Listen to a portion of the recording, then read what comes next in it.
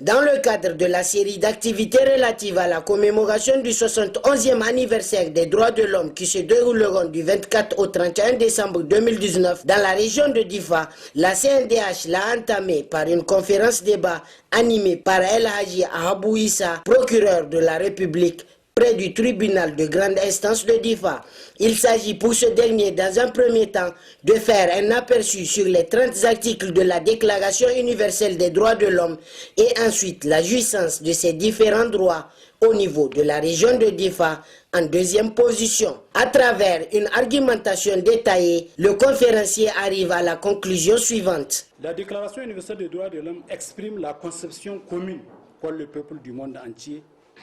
des droits inaliénables et inviolables inhérents à tous les membres de la famille humaine et constitue une obligation pour les membres de la communauté. Dans la région de Difa, la jouissance des droits humains est assez satisfaisante dès lors que les mesures prises dans le cadre de l'état d'urgence visent non seulement à adapter l'exercice et la jouissance des droits et libertés dans le contexte d'insécurité que nous vivons, mais aussi à préserver l'ordre public. Il s'en est suivi des interventions des participants qui, pour enrichir le débat, qui pour donner des appréciations, qui pour soulever des inquiétudes ainsi que des interrogations auxquelles le conférencier a donné satisfaction. Pour ainsi dire que ce débat interactif a tout simplement été un rendez-vous du donner et du recevoir. À cet effet, le gouverneur Issa Lemine a bien voulu continuer, on ne peut plus clair. Moi je pense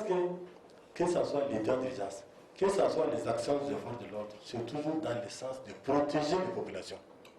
Si on prend l'état d'urgence, ce n'est pas pour protéger le président à Niamey,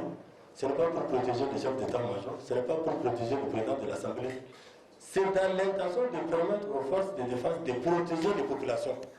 par des individus, des malfaiteurs, des individus criminels qui s'infiltrent souvent dans les populations et qui posent des actes criminels. Quant au président de la CNDH, le professeur Khalid Ikri, il a réitéré la volonté de son institution à agir dans le sens de la préservation des droits humains partout au Niger et de poursuivre. La question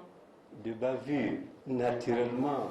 au fil du temps, des efforts ont été faits, les formations vont continuer à être données aux forces de défense et de sécurité et également aux populations pour limiter la désunion forces de défense et de sécurité